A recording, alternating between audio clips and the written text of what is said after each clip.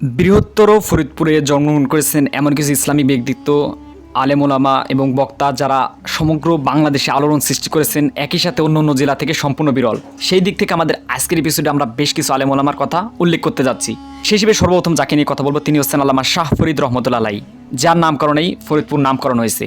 আমরা তালিকার শুরুতে যাকে নিয়ে কথা বলবো তিনি হচ্ছেন আল্লামা জহুরুল হক সাহেব, যিনি ফরিদপুরের সালতার পুরুরা গ্রামে জন্মগ্রহণ করেন। ইসলামী আলোচনা জগতে এক অনন্য নাম ছিল আল্লামা জহুরুল হক সাহেব, যিনি আমাদের মাঝ থেকে 2023 সালে বিদায় নিয়েছেন। সমাজ থেকে কুসংস্কার দূরীকরণে এবং ইসলাম প্রচারে যার ছিল অনন্য ভূমিকা। তাদের কারবার ছিল কি আছে না, মুহাম্মদ হুম সুরাবাই না হুম সাহাবাই কিরাম রিজওয়ানুল্লাহ আলাইহিম পরামর্শের মাধ্যমে কাজ করছে, কাজেই পরামর্শ অনুসারে কাজ করবে। আল্লামা ইয়াহিয়া মাহমুদ সাহেব বাংলাদেশের ইসলামী আলোচনা জগতে এক উজ্জ্বল নক্ষত্র। এই ইয়াহিয়া মাহমুদ সাহেব ফরিদপুরের সালতার রায়চর গ্রামে জন্মগ্রহণ করেন। তার ওয়াজ বাংলাদেশে ইসলামী আলোচনা জগতে অনন্য হয়ে থাকবে। ভাবছিল কি যে আমি আর জীবনে ক্ষমতার থেকে নামবো না।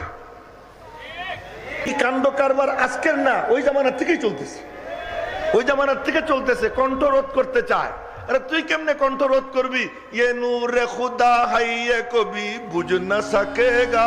বাংলাদেশে ইসলামী রাজনীতি এবং ইসলামী ভাবধারার টক শোতে এক অনন্য নাম মৌলানা আবুল কালাম আজাদ, যিনি ফরিদপুরের সালতার খায়দিয়া গ্রামে জন্মগ্রহণ করেন এবং তিনি আওয়ামী প্রতিহিংসা রাজনীতির শিকার হয়ে এবং তার জনপ্রিয়তা আওয়ামী লীগের চোখের কাটা হয় তিনি দেশ ছাড়তে বাধ্য হন, যার টিভি শোগুলো ছিল কিন্তু অনন্য এবং অসাধারণ। বা সৌভাগ্যবতী মানুষ ছাড়া সবরের সঙ্গে দুর্ব্যবহারের মোকাবেলায় ভালো ব্যবহার দিতে পারে না। সুতরাং আপনার জন্য কিন্তু বিরাট সুযোগ এসেছে।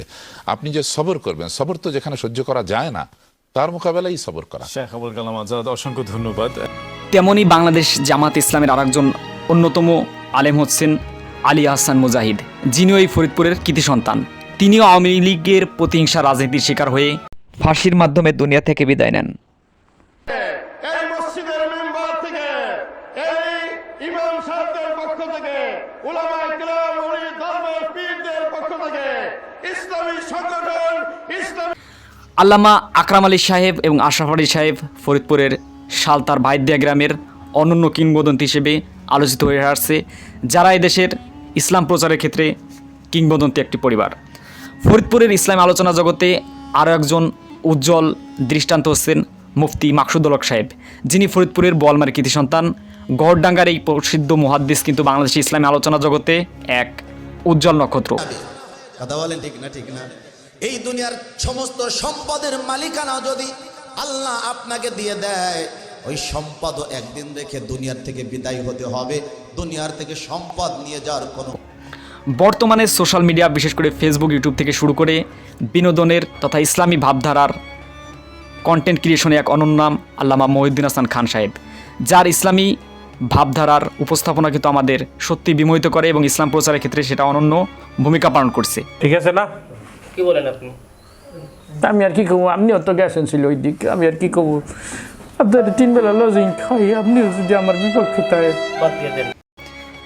আল্লামা মুফতি জাফর আহমেদ সাহেব ফরিদপুরের ঢালকানগর মাদ্রাসার এক অনন্য মুহাদ্দিস, যিনি এই ফরিদপুরের সন্তান। একই সাথে মুফতি আব্দুল গফফার সাহেব, যিনি বাংলাদেশের ইসলামী আলোচনা জগতে এক কিংবদন্তি এবং প্রসিদ্ধ আলেম হিসেবে বিবেচিত হয়, যিনিও এই ফরিদপুরের নগরকান্দার একজন খ্যাতিসম্পন্ন আলেম। আল্লামা হেলাল উদ্দিন সাহেব সেই দিক থেকে কম নয়। ওয়ালাইকুম আসসালাম। কি জন্য আইছেন? ভালো আছেন আপনি? হুজুর হাসি মুখে বলতে ভালো আছেন না, এমনি দেখা করতে আসেন, রাগ কথা সালাম চলে আসেন। অন্যদিকে বলতে গেলে আল্লামা লিয়াকত আলী সাহেব ফরিদপুরের শাকপালদিয়ার বিশেষ করে নগরকান্দার একজন কিংবদন্তি আলেম, যিনিও ইসলাম প্রচারে এবং ইসলামী বক্তৃতার ক্ষেত্রে এক অনন্য নাম। সেদিন আল্লাহর রহমত থেকে ছিটকা পড়ে যাবে। নবী বলেন আফসুস সালাম আতিমুত তাআম সাল্লু বিল্লাইল ওয়ান নাসু নিয়াম তাদখুলুল জান্নাতা বিসালাম। তো বন্ধুরা, এই হচ্ছে আমাদের আজকের এপিসোড। আসলে নাম বলতে বলতে ভিডিওটা অনেক দীর্ঘ হয়ে যাবে, তারপর নাম বলে শেষ হবে না।